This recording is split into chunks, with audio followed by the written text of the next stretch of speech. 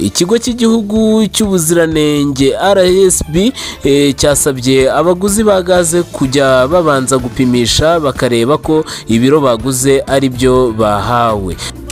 Naho umuryango uharanira inyungu z'abarokotse jenoside yakorewe abatutsi ibuka watangije icyumweru cyo kwegera abarokotse jenoside yakorewe abatutsi muri Mata 1994 winjira muri APR FC. Abangaba bombi bakaba binjiye muri APR FC mu ikipe ya APR FC.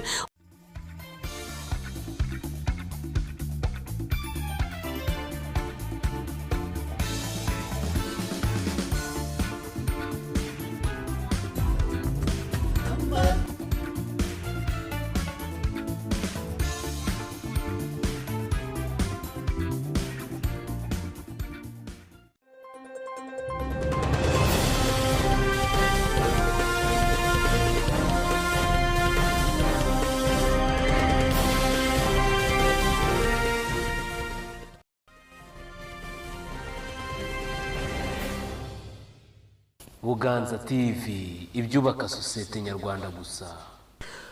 Mwiriwe neza mwe mwese mukomeje gukurikirana Buganza TV ku muyoboro wacu wa Buganza TV F1 wa TV, aho muri hose mu mpande enye z'isi, yaba iburasirazuba, iburengerazuba, amajyepfo ndetse n'amajyaruguru.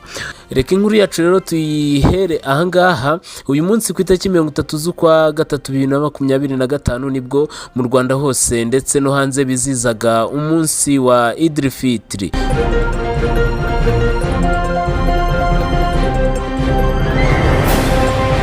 Naho perezida wa Sena akaba yavuze ati mu muganda w'ejo akaba yaratangaje ko abagihembera ingengabitekerezo ya jenoside tugomba kubaca intege twivuye inyuma. Ibyo byavuzwe na perezida wa Sena wabivugiye mu karere ka Rwamagana.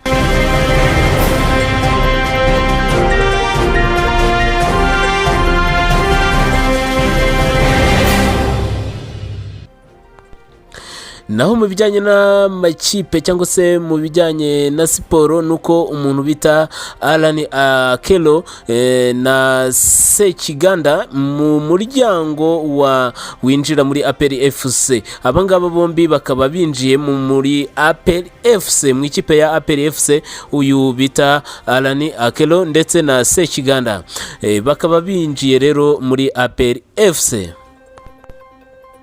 Ikigo cy'igihugu cy'ubuziranenge RSB cyasabye abaguzi ba gaze kujya babanza gupimisha bakareba ko ibiro baguze ari byo bahawe. Basanga bidahura bakabimenyesha icyo kigo, hanyuma kigakurikirana abagurishije iyo gaze.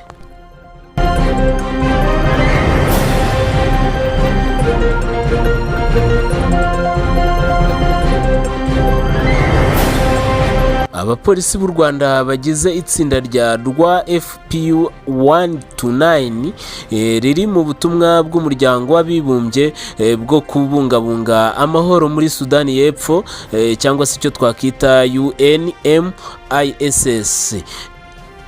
Bazindukiye mu gikorwa cy'umuganda rusange, bafatanyirije hamwe n'abatujwe mu nkambi y'abavanywe mu byabo n'intambara.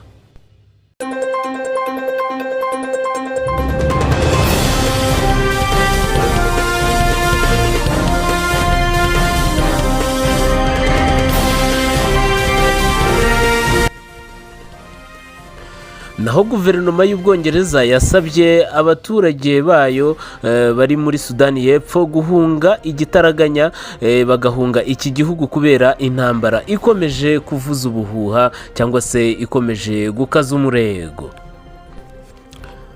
Naho rwiyemezamirimo ukiri mutoya ukomoka mu karere ka Rubavu, umurenge wa Bugeshi, akagari ka Kabumba, ni uyu bamwita Niyomugabo Jean Dodier, akaba akora igikorwa cyangwa se akaba akora akazi ko gushongesha ibyuma ndetse agakoramo ibikoresho bishya harimo nk'amasafuriya ndetse n'imitako bashyira ku nzugi.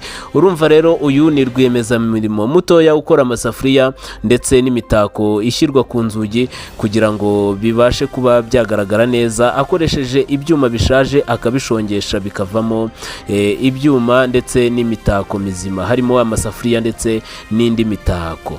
Uyu rero akaba akomoka mu karere ka Rubavu. Naho umuryango uharanira inyungu z'abarokotse jenoside yakorewe abatutsi Ibuka watangije icyumweru cyo kwegera abarokotse jenoside yakorewe abatutsi muri Mata 1994 muri gahunda yiswe Survivors in Community, intango y'ubudaheranwa. Naho umuraperikazi Belcaris Almanzari uzwi nka Cardi B yihanangirije Offset baherutse gutandukana ko ari gukoresha ibinyamakuru bigiye bitandukanye bikamutangazaho amakuru y'ibihuha agamije kumusenya, ko dore ko Cardi B yihanangirije Offset ko amushinja gushyira hanze amashusho batera akabariro.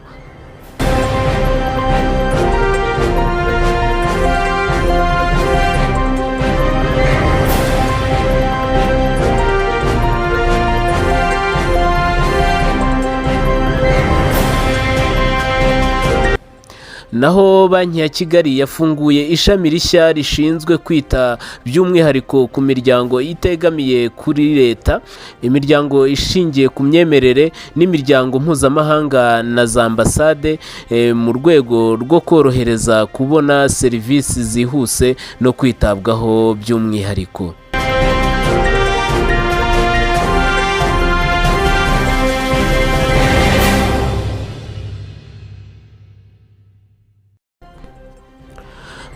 Tony Blair wabaye minisitiri w'intebe w'Ubwongereza kuva mu 1997 kugeza 2007 ari mu Rwanda mu ruzinduko rugamije kuzamura ubufatanye bw'umuryango yashinze witwa Tony Blair Institute for Global Change cyangwa se TBI n'u Rwanda mu by'ikoranabuhanga.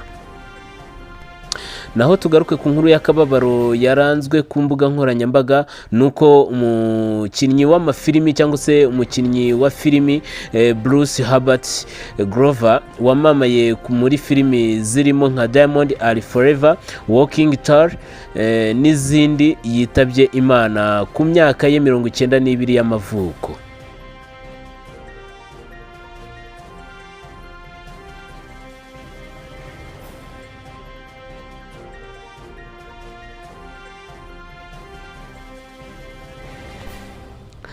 Ubuyobozi bw'ikigega gitera inkunga imishinga mito n'iciriritse BDF bwasoneye inkunga za miliyoni 50 z'amafaranga y'u Rwanda abaturage bo mu karere ka Rubavu. Icyo kigega bahabwa inguzanyo, ariko ibikorwa byabo byaje kwangizwa n'umugezi wa Sebeya. Rero abaturage 17 bibasiwe na Sebeya basonewe inguzanyo za miliyoni 50.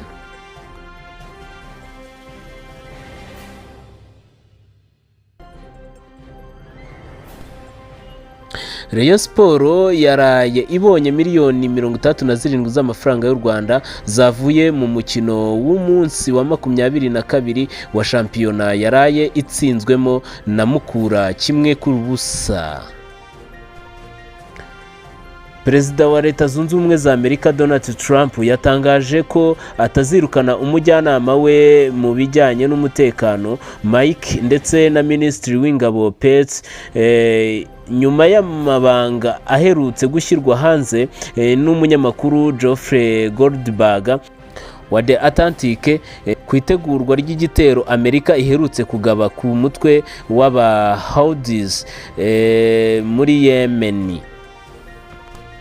Naho mu bivugwa mu turere tugiye dutandukanye nuko mu karere ka Rwamagana hari kwitegurwa exhibition cyangwa se imurikabikorwa ry'urubyiruko ry'abafatanyabikorwa ndetse n'urubyiruko rwiteje imbere rwihangiye imirimo kugira ngo babashe kugaragaza ibikorwa bigiye bitandukanye bakoze n'ihangamirimo n'udushya bagiye bashyiramo mu guhanga imirimo yabo n'ibigo biciriritse bikiri bito n'abarwemezamirimo bakiri bato. Imishinga yabo bakaba bazayishyira hanze ndetse bakazayerekana ku itariki 2 ndetse n'3 mu kigo cy'urubyiruko cya Yego Center Rwamagana. Munyemerero ducumbikira ahangaha uyu munsi twabagezagaho amakuru yiriwe acicikana hirya no hino ku mbuga nkoranyambaga ndetse n'ayagiye avugwa hirya no hino mu binyamakuru bigiye bitandukanye. Njyewe rero ndi P wanyu, ciao ciao, extra vista.